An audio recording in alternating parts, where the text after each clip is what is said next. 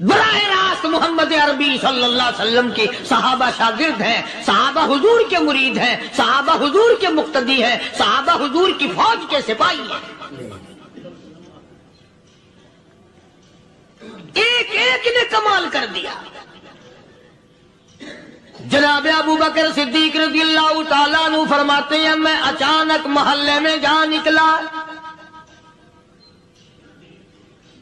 ابو بکر کہتا میری یہ عادت تھی، شروع پہ جو اسلام آیا مکے میں، چودھری مارتے ہیں، رئیس مارتے ہیں، سردار مارتے ہیں، کمزوروں کو مارتے ہیں۔ جو کلمہ پڑھتا تھا پہاڑ ٹوٹ جاتے تھے، پیر پکڑ کر مکی کی گلیوں میں گھسیٹا جاتا تھا، چمڑا ادھر جاتا تھا۔ آج یہ بات کہنا بڑا آسان ہے، تبلیغی ساتھی سفر کرتے ہیں، تکلیف اٹھاتے ہیں، اگر جی جاؤ کافروں کو کلمہ سکھا کے آؤ، اور کلمہ تو تیرے پلے نہیں تو کافروں کو تو پھر پہنچائیں گے نا۔ 80 سال کی عمر ہے، کلمہ صحیح نہیں آتا، قبر بالکل سر پہ ہے، موت سر پہ ہے، قبر سامنے ہے، پھر بھی کلمہ نہیں آتا۔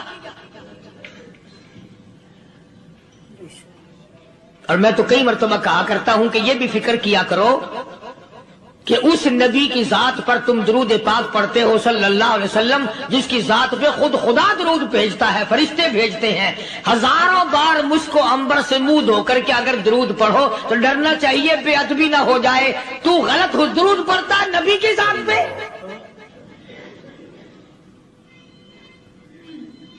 اور اس کو صحیح کرنے کا فکر نہیں رکھتا۔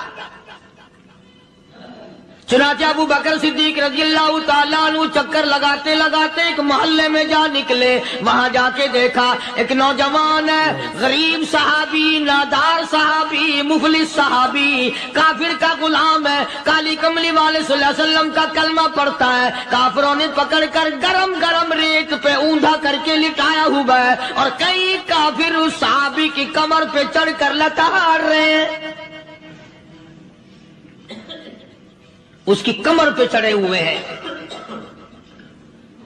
جناب ابو بکر صدیق رضی اللہ تعالیٰ عنہ فرماتے ہیں میں نے دور سے دیکھا، میں سمجھ گیا کوئی غریب آدمی ہے۔ جب میں قریب گیا فرماتے ہیں میری آنکھ نے دیکھا ابو فقیہ صحابی، میں نے پہچان لیا۔ کئی آدمیوں کے لتاڑنے کی وجہ سے، کئی آدمیوں کی کمر پہ چڑھ جانے کی وجہ سے ابو بکر کہتا ہے اتنی لمبی ابو فقیہ کی زبان باہر نکل آئی، منہ سے زبان باہر لٹکی ہوئی ہے، مار رہے ہیں کافر۔ جناب ابو بکر صدیق رضی اللہ تعالیٰ عنہ نے فرما دیا نہ مارو، اللہ کا بندہ ہے۔ وہ کہنے لگے بندہ تو اللہ کا ہوگا، غلام ہمارا، اور کلمہ اس نبی کا پڑھتا ہے، ہمارا غلام ہو کر کلمہ پڑھتا ہے، کیوں؟ جب تک جان سے نہ مر جائے گا ہم چھوڑیں گے نہیں، ہم اسے ختم کر کے دم لیں گے۔ اس نبی کا کلمہ پڑھتا ہے، ہمارے سامنے پڑھتا ہے۔ جناب ابو بکر صدیق رضی اللہ تعالیٰ عنہ نے منع کر دیا، منع کرنے میں اور زیادہ مچر گئے، اور زیادہ خرمستی کرنے لگے۔ ابو بکر فرماتے ہیں میں بالکل قریب کھڑا تھا، ظالموں نے ابو فقیہ کی پسلیوں پہ، کمر پہ چھلانگیں لگانی شروع کر دی۔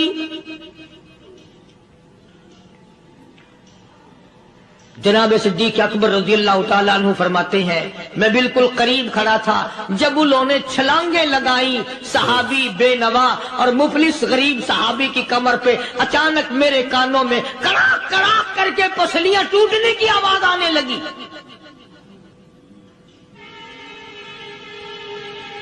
میرے سے برداشت نہ ہوا، میں برداشت نہ کر سکا۔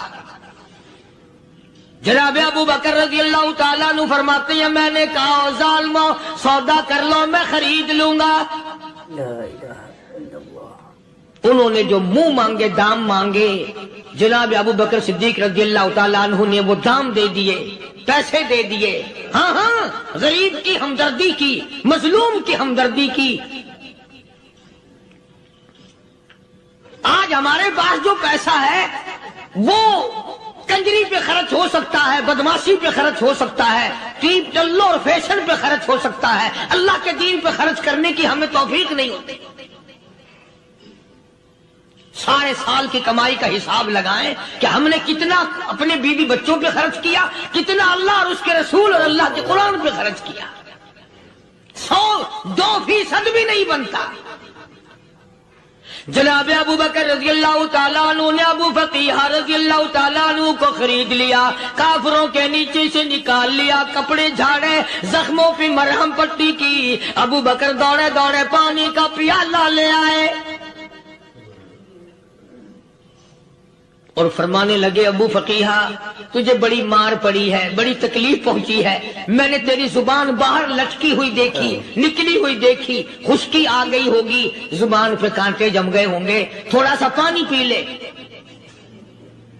ابو فقیہ کہتا، ابو بکر تیرے احسان کا بدلہ خدا دے گا، تیری مہربانیوں کا بدلہ خدا دے گا، میں نہیں دے سکتا، تو نے پیسے خرچ کر کے مجھے آزاد کرایا، میں تجھے دعا دے سکتا ہوں، میں غریب ہوں، میں نادار ہوں، میں مفلس ہوں، میں مسکین ہوں، اور ابو بکر تنگ نہ کر، میں پانی پی نہیں سکتا۔ کیا بات ہے، کیوں پانی نہیں پی سکتا؟ کہنے لگا، ابو بکر تجھے کیا معلوم ہے جن کی وجہ سے میری پسلیاں توڑ دی گئی، جن کی وجہ سے مجھے مارا گیا، جن کی وجہ سے مجھے لتاڑا گیا، جن کی وجہ سے میری پسلیاں توڑی گئی، جن کی وجہ سے میرا یہ حال کیا گیا، جب تک میں آقا کا دیدار نہ کر لوں میں پانی کی بوند پی نہیں سکتا۔ مجھے پہلے شربت دیدار پینا ہے، میں نے سرکار مدینہ صلی اللہ علیہ وسلم کی زیارت پہلے کروں گا، پانی بعد میں پیوں گا۔ او ابو فقیہ تجھے تو بڑی سخت مار پڑی ہے، تجھے تو بڑی تکلیف پہنچائی گئی ہے، میں تجھے حضور کے دربار میں لے کے چلوں گا، تو پانی تو پی لے۔ کہتا کوئی مجنون بتاتا ہے، کوئی کہتا ہے دیوانہ، کوئی مجنون بتاتا ہے، کوئی کہتا ہے دیوانہ، یہ تو مرض عشق احمد کا ہوا بیمار میں بھی ہوں۔ اور ابو بکر تجھے کیا معلوم ہے، مجھے عشق لگا ہوا ہے، مجھے سوز و گداز لگی ہوئی ہے، میں اپنے دل میں کسی کو بسائے بیٹھا ہوں، جب تک اس آقا کا دیدار نہ کر لوں مجھے چین نہیں آئے گا۔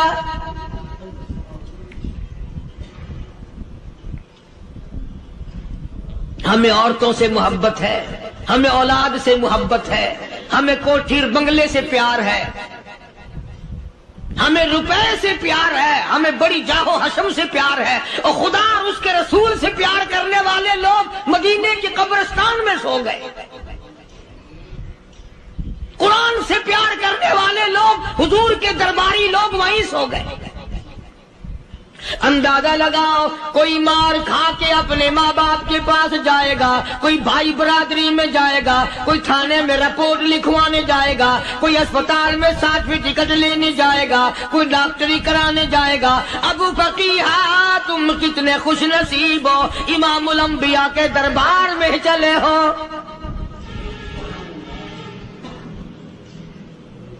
حضور اکرم سب کہہ دو صلی اللہ علیہ وسلم کے دربار میں ابو فقیہ کو لایا جا رہا ہے۔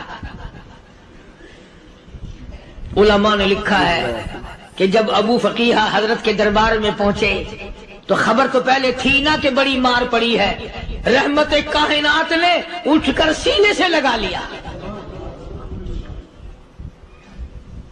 تشریف فرما ہوئے، فرمایا ابو فقیہ جی حضور میں نے سنا ہے تو نے پانی نہیں پیا، اتنی مار پڑی، تیری پسلیاں توڑ دی گئی، تیری کمر پہ چھلانگیں لگائی گئی، تجھے گرم گرم لیٹ پہ لٹایا گیا، تیری زبان باہر نکل آئی، اور میں نے سنا ہے تو نے پانی نہیں پیا۔ کہتا ہے آقا ہاں نہیں پیا۔ فرمایا کیوں نہیں پیا؟ کہتا ہے آقا میں اس وقت پانی پیتا میرے منہ میں صرف پانی جاتا، اب پیوں گا ہاتھ تیرا ہوگا منہ میرا ہوگا، پانی میرے منہ میں جائے گا، مجھے حوض کوثر کا مزہ یہی آ جائے گا، مجھے لطف آئے گا محمد عربی صلی اللہ علیہ وسلم کے ہاتھ سے پانی پینے کا۔ علماء نے لکھا ہے کہ حضرت نے جب اپنے رحمت والے ہاتھ سے وہ انگلی چاند کو اشارہ کیا، جگر پھنس کر ٹکڑے ہو گئے، وہ انگلی اشارہ کیا سورج واپس ہو گیا، وہ انگلی درخت اپنی جڑیں چھوڑ کر پیغمبر کے قدموں میں آ گئے، وہ انگلی جن میں کنکر پہاڑ کے لیے تو کلمہ پڑھنا شروع کر دیا، وہ انگلی اونٹ کی طرف کی تو بول پڑا، وہ انگلی چڑیا سامنے آئی تو انہوں نے شکایت کر دی، وہ انگلی جن کو دیکھ کر کے بیت اللہ پھر گیا۔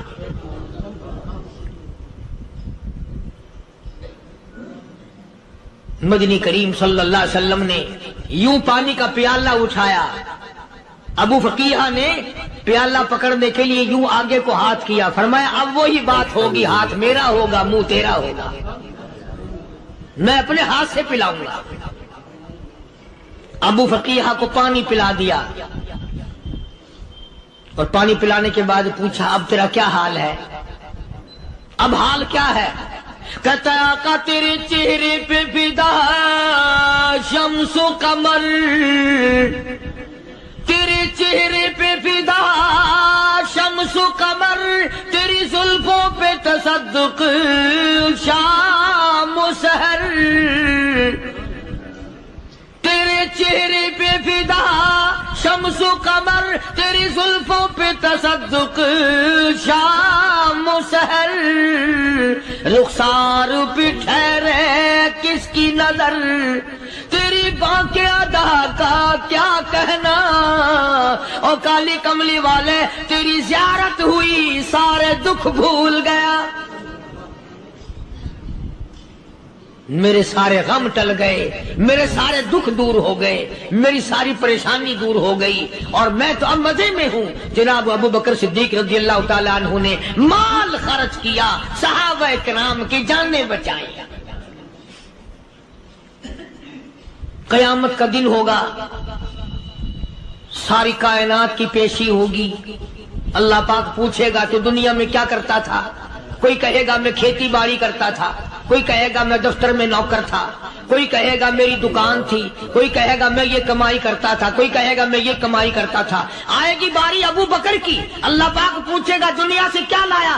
ابو فقیہ، حضرت بلال، حضرت نادیہ، حضرت زنیرہ اور کتنے صحابہ کرام کی جماعت کو پکڑ کر اللہ کے عدالت میں کھڑا کر کے ابو بکر کہے گا الہی صدیق کی کمائی تیرے سامنے موجود ہے۔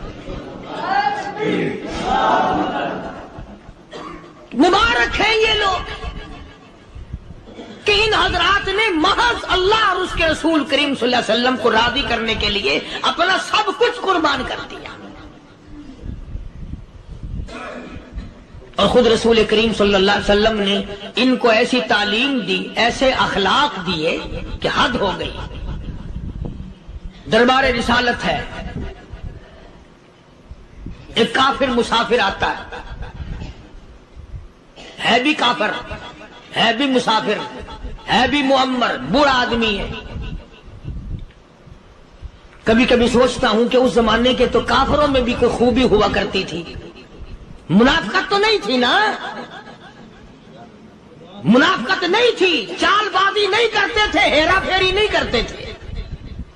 سبحان وہ بوڑھا مسافر کافر سرکار دو عالم صلی اللہ علیہ وسلم کے دربار میں آیا، آ کے کہنے لگا نبی اللہ میں بوڑھا ہوں، مسافر ہوں بھی تیرا اور تیرے خدا کا منکر، پر میں سوال کرتا ہوں کوئی سواری دو، میرا گھر بڑا دور ہے، میں اس پر سوار ہو کر اپنے گھر پہنچ جاؤں۔